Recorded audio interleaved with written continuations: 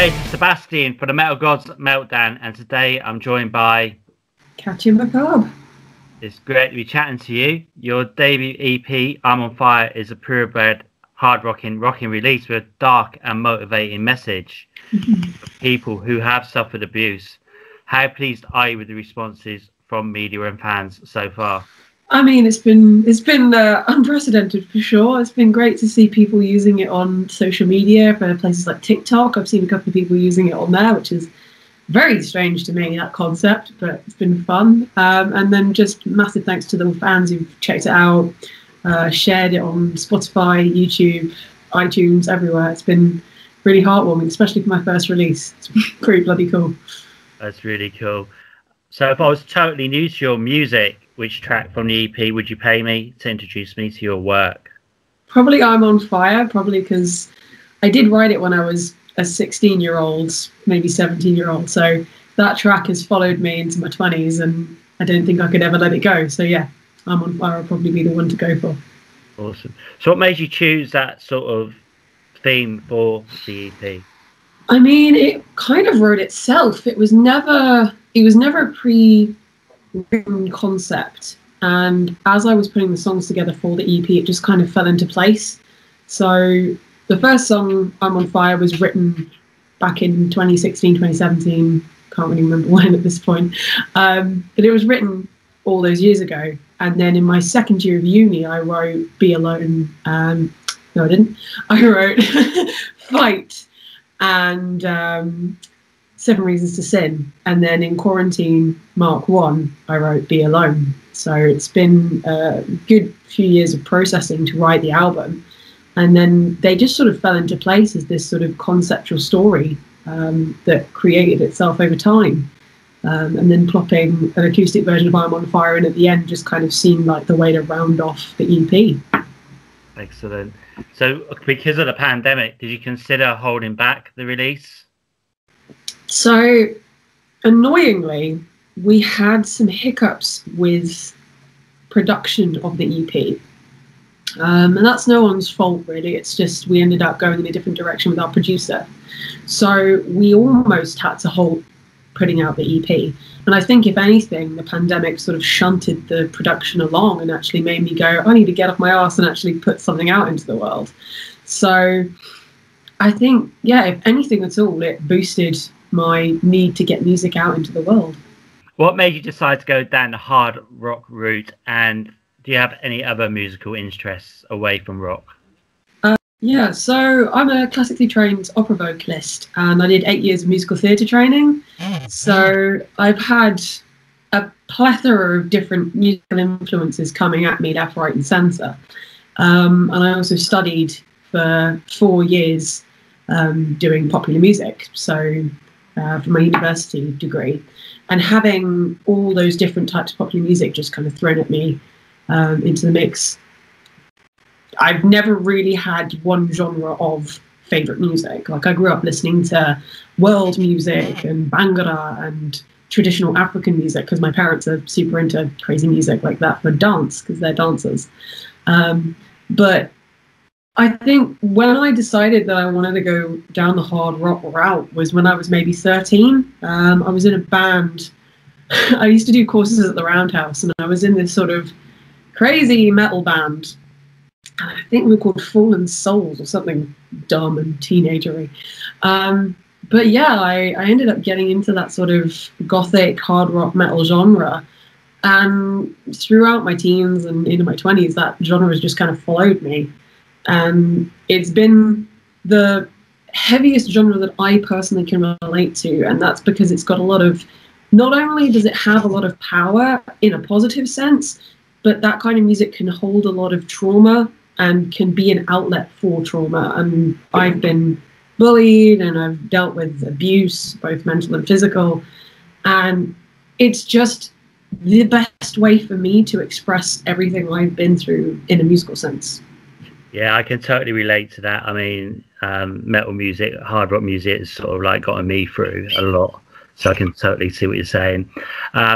Let's try and forget about COVID for a bit before we go on to that a little bit more later on. But let's try and talk about live performances. Do you have any plans for the new year, tour and festival wise, or do you think you're going to be just mainly doing something like live streaming? I mean, I would friggin' love to get back on stage. I miss performing so much, whether that be with my duo in Dead Dolls, whether that be my solo project. Primarily, I want to do my solo stuff. But, you know, if I can't do that, I'm doing weekly live streams on Twitch with my partner over on his Twitch channel, which is Mikey Arto. Michito. And we're doing weekly live streams over there, so I'm at least getting a chance to perform in some way during all of this shenanigans. But yeah, I just want to get back to being on stage. I've got some amazing friends who have already said that they want to stick me in a lineup with them, and I'm like, yes, let's do it, let's get back on stage now. Awesome. Is that like the Rocket Dolls? Yeah, so Nikki has always said he wants to do a collab with me, so hopefully something will be happening in the future, whether that's a cover on YouTube or something. But that's doing shows with my friends in Adalia, which is another Brighton-based band, and Black Sundown. I've got some wonderful friends in a band called I Within, Awaken. Like, I've got so many friends who just want to get me in the list, which is something that I've wanted to do for so long. Yeah. I mean, obviously, everything's going to be different when the gigs do get back out there and that. But how do you prepare before a performance, and do you still get nervous? I think I've always said the day that I don't get nervous before a show is the day that I stop doing it, because the nerves are what fuels me to do a good show. Like, I always want to get up on there, and I get such an adrenaline kick, and I love performing. But I have a lot of like rituals that I always do before a gig. So I will make sure that before, at least 20 minutes before a gig, I'll do a warm-up. So a vocal warm-up routine, which is both physical and vocal.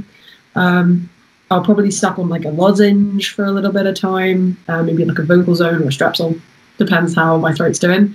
I'll steam my voice. I'll put a bit of hot water in a cup and just stick my face over the cup. And then once I've done that, complete silence until showtime. So I take a vocal rest until then. And yeah, I mean, with the style of music that I do, it's imperative to warm your voice up. And that's something that I tell my students because I do vocal teaching. It's like #1 rule of singing. If you're going to go into the heavier side, warm your flipping voice up, because you will do damage, especially in the heftier genre. Like, it's okay to kind of, if you're just going to have a little whittle along and hum a tune every now and then, but if you're doing it for the long run and you want to preserve your voice, you've got to do that warm-up, you've got to do that steaming, and you've got to take that vocal rest before your gig. Excellent. Okay then, so which 3 bands would be your ultimate touring buddies, dead or alive? Oh, why you got to do this to me, man? Okay, I'm trying to think what would be a good lineup. I mean, if we're gonna do like my friends, can I do like one group for my friends and one group for people that I just admire? Is that allowed? Of course, yeah. Okay, so it would be including myself, so that's band #1, and then it would be Reawaken, I Within, Black Sundown, and Adalia. So they're my friends. And then bands that I'm not friends with but really friggin' love would be Blackwell Brides, In This Moment, New Year's Day, and Hailstorm. What is the most memorable concert you've been to other than your own, and why? I mean, one concert that has stuck with me, blimey, there's been so many. I mean, one of the ones that I find quite funny is I got to see Hosier before he was famous, which was pretty darn cool. I went to see him open for Ben Howard at the Roundhouse, and I was like, who's Hosier? What is this name? Is it a band? Is it a person? Yeah, and I got to go see Hosier before he was known by the public, which was freaking amazing. And then, I mean, seeing Blackwell Brides for the first time, they've been such a massive influence on me. Seeing them for the first time, I saw them at the Roundhouse in Camden, I think. It was the first time I saw them live. And that was an intense show. And then the first time I heard Hailstorm, I went to see Shinedown. It was the first ever gig that I think I went to as a teenager. I went to see Shinedown perform at the Roundhouse, and I rocked up there to see the warm-up act. And I was like, oh, I don't really know any of the other bands performing. But as we were walking up to the venue, I could hear it, like, on the wind as we were walking up to it. And I could just hear Lizzie's voice traveling. And I just remember going in and being like, oh my God, that's what I want to be. That's what I want to do. And those moments, like, for some reason, they're all at the Roundhouse in Camden. And that venue has been like one of the best places to see gigs. Like, it formed my childhood rock memories of being in bands. Like, I did so many summer courses there. That's where I wrote I'm on Fire. Like, I did my work experience there when I was a teenager. Wow. But that venue and seeing those gigs there, like, they just had such a big impact on me. And yeah, those three for sure. Awesome. Okay, then, so the next one, you're at your favorite artist's concert. What song do they close with to make it a perfect night? Oh, God. Oh, God. I keep talking about Black Veil Brides tonight. I'm really, like, stuck in them at the moment. I've gone back into my Black Veil Brides phase. I think we'll probably be In the End, which is a staple BBB track. Cool. Okay, so you're stuck in quarantine for a year. Which musician, dead or alive, would you be with? I can't believe I'm saying this. Probably be Andy Biersack, who's the singer of Black Veil Brides. Because I think we have a lot in common. Like, just watching him in interviews, he's very much like me in the sense of how he thinks, how he talks. And I've been watching a lot of interviews with him recently, and he talks about being neurodivergent, and in the sense of, like, thinking differently to others, and having he was tested for, like, he did an IQ test for essentially idiocy. And hearing what he was saying about this, I was like, I wonder if he's ever been tested for Asperger's, because his mind is so similar to mine. And I was diagnosed with ASD, which is Asperger's syndrome, when I was 15. So I'm like, that would be fun. Either him or, like, David Bowie. Excellent. That'd be cool. Okay. One of your songs from your EP could appear on a soundtrack or any film, cult, TV series. Which one would you choose and why? God. I mean, I have no idea. I probably think, because a lot of people have said this works with certain film traits, would be I'm on Fire acoustic. Primarily because a friend of mine sent me a video that he'd done, like a fan-made video, where he'd synced a clip from the Joker dancing in a bathroom to that song. Cool. And I was like, this is so eerie. Like, it's supposed to be like his descent into madness with my song underneath. I was like, this works as a good sync. So, who knows?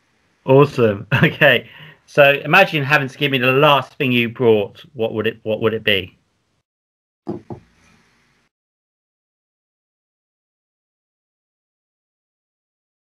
I don't know. Are we talking materialistic things, or are we talking? I mean, I did a food shop yesterday, so it'd probably be something like some toilet roll and a packet of crisps. Oh, cheers.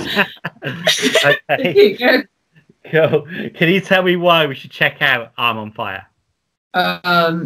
It's a good way to release any anger and stress you got in your body. If you want to listen to that and just yell at the ceiling, you can dance around like a lunatic, because I definitely have been. Lots of my friends have been putting it in their workout playlist, which I highly recommend you do. Get those, like, the blood pumping and jumping around. Yeah, it's a multi-purpose EP for all different functions of life. If you fancy a brisk walk to the supermarket and back, it's got good beats for that. If you want to work out, burn some calories, it's got good beats for this too. If you fancy yelling about stuff, it's got the anger and angst behind it. And if you fancy chilling out and mellowing, it's got the song for that too. 4 words to describe Katja Macabre. Blimey. Autistic. Number 1. Expressive. Intuitive. find. Excellent. Okay, next one's five questions, either or either. Festival or small intimate gig? Festival. Okay. Vinyl or digital? I grew up listening to vinyl, so definitely vinyl. Brilliant. Halloween or Christmas? Halloween! Yeah, love it. Next one, wine or beer? I don't drink, so neither for me. Excellent. Donald Trump or Kermit the Frog? I grew up watching the Muppets, so I'd have to go with Kermit just for all intents and purposes, because America really needs to sort itself out right now. Totally. Okay. Thanks so much for your time this evening. Do you have any final words for your fans and our listeners? Yeah, thank you guys so much for checking out the EP. And if you haven't already, make sure you do. I'm on Fire by Katja Macabre, Katjamacabre. It's on Spotify, iTunes, Amazon, YouTube, anywhere in the world. And you can follow me on social media, same name under everything. Just type in Katja Macabre, and I'm Googleable now, so you can Google me. And yeah, follow these guys too while you're at it. Hey guys, this is Katja Macabre, and you're listening to the Metal Gods Meltdown.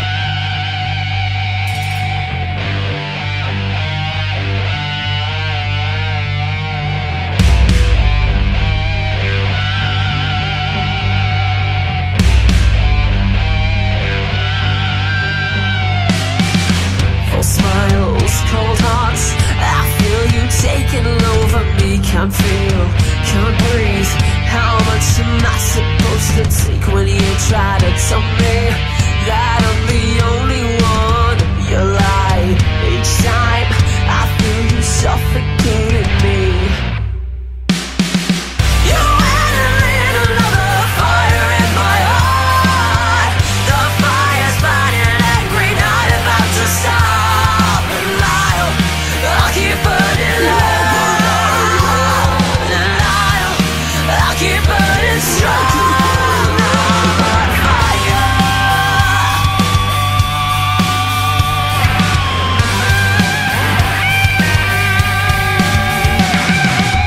Cold hands, fake laughter, a false sense of security. Can't move, won't speak. The ties of yet to set me free. I won't let you try to take complete control of me. It's blinding, it burns. You lit a fire within me. You lit another fire in my heart. The fire's burning angry, not about to stop. I'll keep burning low. Without your heart, I'll keep burning strong. I'm on fire. I'm on fire, yeah. I'm on fire. I'm on fire, fire, fire.